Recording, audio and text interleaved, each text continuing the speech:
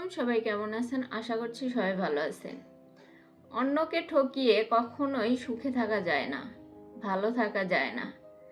আপনি যাকে আজকে ঠকাইতেছেন, হয়তো এমন একটা সময় আসবে সেই মানুষটাই ভালো থাকবে।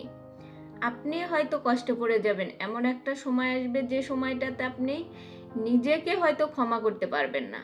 যদি আপনি অন্যকে ঠকাতে চান, অন্যকে কষ্ট দিয়ে নিজে ভালো থাকার চেষ্টা করেন, সেটা মনে হয় কখনোই পারবেন না।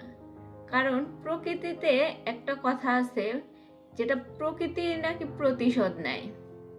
আপনি যতই অন্যকে কষ্ট দিয়ে ভালো থাকার চেষ্টা করেন, একটা সময় গিয়ে এই প্রকৃতির নিয়ম অনুযায়ী আপনি এমন ঠকবেন বা এমন একটা পরিস্থিতির মধ্যে পড়বেন যে আপনি যখন একজনকে ঠকাইছেন, যে আনন্দটা পাইছেন, সে তার দ্বিগুণ কষ্টটা আপনি পাবেন।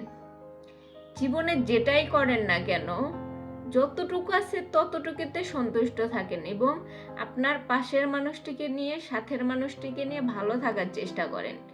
কখনোই কাউকে ঠকানোর চিন্তা করবেন না, সেটা নিজের মানুষ হোক, অন্যের মানুষ হোক, কাউকেই না।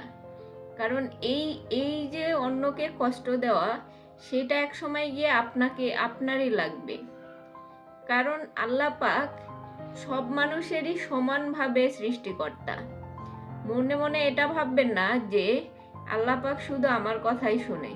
আল্লাহ পাক কিন্তু সবার কথাই শুনে। আপনি যাকে কষ্ট দিতেছেন, যার সাথে প্রতারণা করতেছেন, সেই মানুষটা যদি এক ফোঁটা চোখের পানি ফেলে আপনার নামে আল্লাহ পাকের কাছে নালিশ করে, তবে আপনি যে কষ্টটা তাকে দিছেন তার দ্বিগুণ আপনি ফেরত পাবেন। হয়তো এই কালে, হয়তো পরকালে, অবশ্যই ফেরত পাবেন। তাই কাউকে ঠকানোর আগে অন্তত একবার হলেও ভেবে নেবেন যে আসলে এই ঠকানোর পরে কি আমি ভালো থাকতে পারবো? আমি যে কষ্টটা তাকে দিব, সেই কষ্টটা কি আমি পেলে আমি সুখে থাকতে পারবো? এই প্রশ্নটা নিজেকে করুন।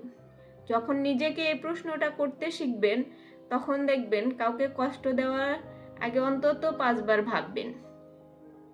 তো সবাই ভালো থাকেন, সুস্থ থাকেন। আল্লাহ হাফেজ।